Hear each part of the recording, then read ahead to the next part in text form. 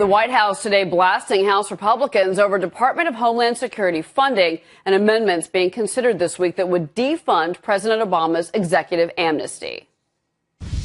House Republicans put forward Department of Homeland Security funding legislation through the end of fiscal year 2015.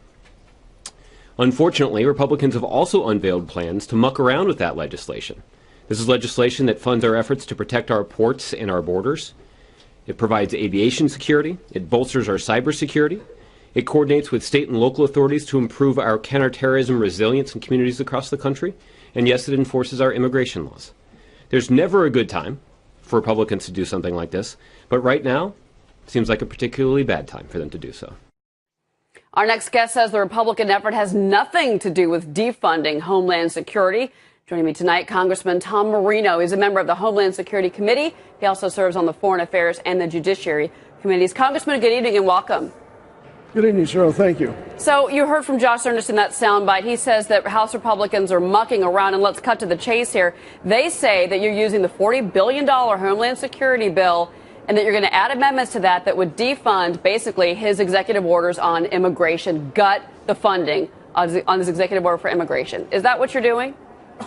Yeah, it would be nice if my colleagues on the other side of the aisle would state the facts. It is not touching Homeland Security. What it is, it's stopping the president's unconstitutional overreach for amnesty. That's exactly what it is. This is about a rule of law. Nothing in Homeland Security will be touched except stopping him from using funds that should be used for other things other than amnesty.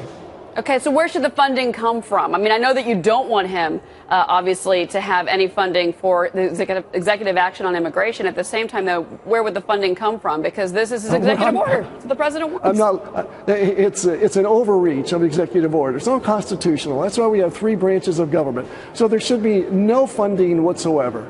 The president has a tendency to continue to bring up executive orders, and he forgets that we're the legislature. What we do is we control the purse strings. We can give it away. We can give it. We can take it away. We can legislate. And if he continues the overreach, we can address those orders such as the amnesty through the courts. You know, it's interesting because, you know, this could be the year that look at the amount of veto threats we already have. We've got Keystone. We've got executive amnesty for that, the Keystone Pipeline, the definition of Obamacare. I mean, the veto threats from the White House are coming fast and furious. Is this what we can expect for this Congress? We're 1 week in to this session. Well, you've heard the president say from the beginning he was going to veto several bills. That's no way to start a congressional 2 years. Simply, he said he was going to meet halfway. He was going to talk on things. Obviously, he's not doing that. Look, the issues that are important, as I said, is the overreach of the president's unconstitutional. We need to secure the borders, which will protect our country. We need to lower taxes, which will create jobs. We need to do regulatory reform, which will create jobs. And one of the biggest things is to protect the American people from Obamacare. There are the concentrations that we should be focusing on. Certainly. Well, and also protect our borders or protect the American people for what, and I take this directly from Mike McCall. He's the Homeland Security Committee chair. He said, you know, we should be expecting more Paris-like attacks in this country. How alarmed are you? And how concerned should Americans be right now that we could be under attack like they were in Paris last week?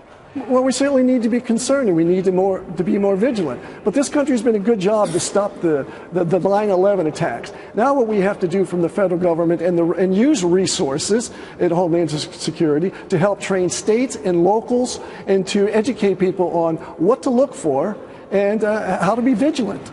Really quick, I do want to get your reaction. There's been a lot of discussion today by the fact that no one from the administration was in Paris for a rally with 44 countries, state leaders from around the world. Netanyahu was there, Merkel, Hollande. I mean, it was a who's who, but we weren't there. What was your reaction? I'm embarrassed. I'm deeply disappointed. I'm vice president of the NATO Parliamentary Alliance, where I talk to our other 27 NATO friends around the world 4 or 5 times a year, and they say to me, where is the United States? Where is the president? We look to the United States for leadership. We look to the president for advice. We look to the United States for support to help us defeat terrorism, to build the economy.